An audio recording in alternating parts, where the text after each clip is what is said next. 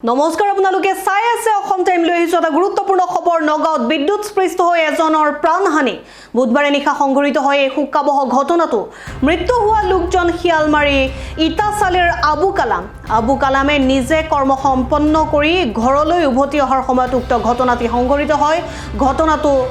খেবজন মৰিকলঙত সংঘটিত হৈছে বুলি জানিব পৰা গৈছে ঘটনাটো মানে তেখেত কাম কৰে কাম কৰি পেলাই ঘৰত গৈ আছিল কি কাম কৰে এতিয়া এই মটৰৰ কাম কৰে কল চল পুতে আৰু মটৰবিলাক ঠিক কৰে ঘৰত গৈ আছিলে কাম কৰি পেলাই ৰাস্তাত এই আপোনাৰ আৰ্থিং তাঁৰটো পৰি আছিলে আৰ্থিং তাঁৰটো মেইন লাইনৰ পৰা যোনটো গৈছে সেইটো ৱায়াৰ ছিঙি ইয়াত লাগি আছিলে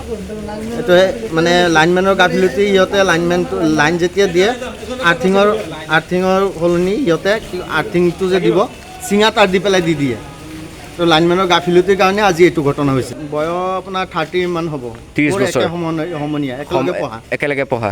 তিনিটা বাচ্চা আছে আমাৰ এজাহাৰ দিয়া হোৱা নাই এতিয়া পুলিচক ফোন কৰা হৈছে পুলিচ গৈছে বহুত দেৰিকৈ গৈছে সিহঁতে আৰু লাইনমেন যে আহিছে লাইনটো তেতিয়া কাটাই নাছিলে তথাপিও লাইন কাটা নাছিলে আমি যোৱাৰ পিছতে লাইনটো কাটিছে কাৰ গাফিলতি বুলি ভাবে কাৰেণ্ট বিদ্যুৎ যোনটো বিদ্যুৎ লাইনমেনৰ গাফিলতি ক'বলগীয়া আৰু কি আছে ইয়াত কওকচোন আমাৰ চৰকাৰৰ প্ৰতি এটা আহ্বান যাতে সৰু সৰু বাচ্চা আছে এইকেইটা ফালে অলপ চাই আৰু তেওঁৰ নাম আবু কালাম 30 বছৰীয়া যুৱক তেওঁৰ পত্নীও আছে দুটা সন্তানো আছে আকস্মিক বিদ্যুৎ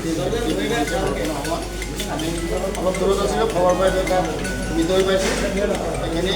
বিদ্যুৎ বিভাগক অলপ তদন্ত কৰিবলৈ আহ্বান জনাইছোঁ দুখীয়া ল'ৰা কাম বন কৰি খায় যাতে তাৰ সুব্যৱস্থাটো কৰাৰ চিন্তা কৰে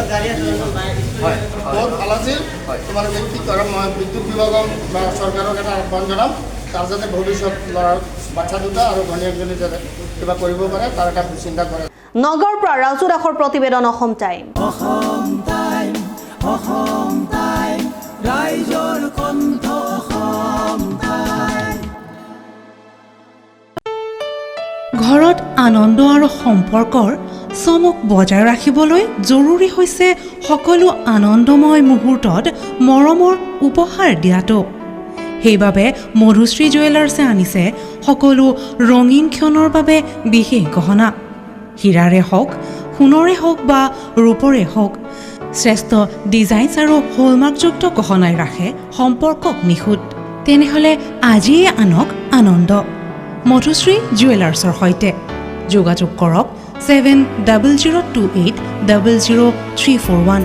নাইবা ভিজিট কৰক LNB ৰোড নলবাৰী অসম